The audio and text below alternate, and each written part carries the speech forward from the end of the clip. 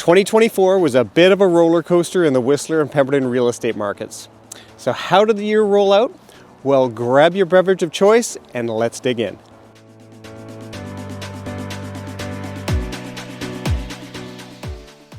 But before we get started, my name is Dean Linnell. I'm a real estate agent here in Whistler, BC, and I make these types of videos to show you what's actually going on at the ground level in the Whistler real estate market and what the numbers are saying. If you learn anything new in today's video, all I ask is that you leave a like and make sure to get subscribed to the channel.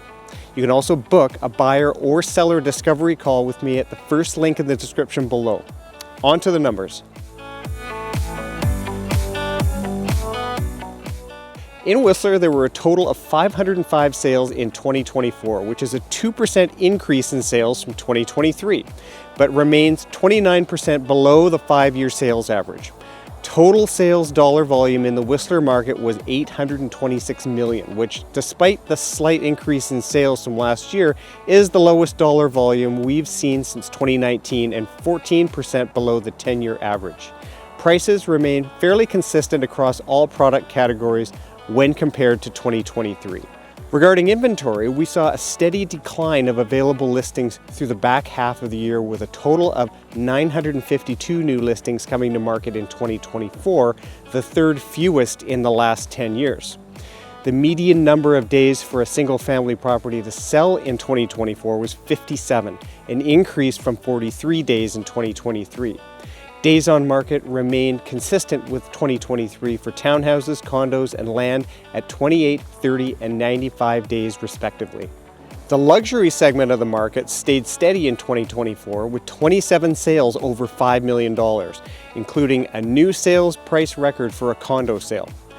As Whistler is excluded from Canada's foreign buyer ban, international buyers continued to purchase properties in 2024, accounting for approximately 13% of property purchases in the Whistler market last year, with U.S. buyers specifically accounting for 7%.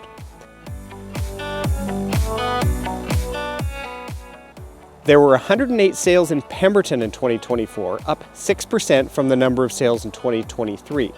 The consecutive interest rate decreases the Bank of Canada delivered through 2024 helped fuel both sales and increased borrowing power, leading to a median sales price of $870,000, a record high for Pemberton.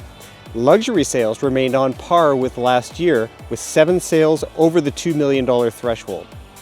Now, regarding inventory, there were 193 units brought to market this year, inclusive of 39 parcels of vacant land. When compared to 2023, median days to sell for a property in Pemberton increased for single family to 53 days and townhomes to 39 days, but decreased for both condos to 27 days and vacant land to 86 days. Buyer origin for Pemberton was fairly typical, with 39% of purchasers coming from within Pemberton, 35% from Whistler, 17% from the Lower Mainland. The Whistler and Pemberton markets remained exempt from Canada's foreign buyer ban, as well as the foreign buyer tax.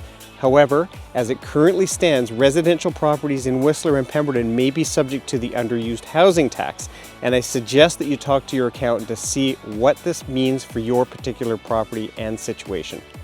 As of January 1st, 2025, the BC government has introduced a home flipping tax, which is separate from the federal flipping rules and applies to the net taxable income from the sale of a property owned for less than 730 days. This tax ranges starting at 20% if the property is sold within the first 365 days of ownership, and decreases throughout the next 365 days, reaching 0% at the 730-day mark. More taxes and more restrictions. Isn't that just fantastic?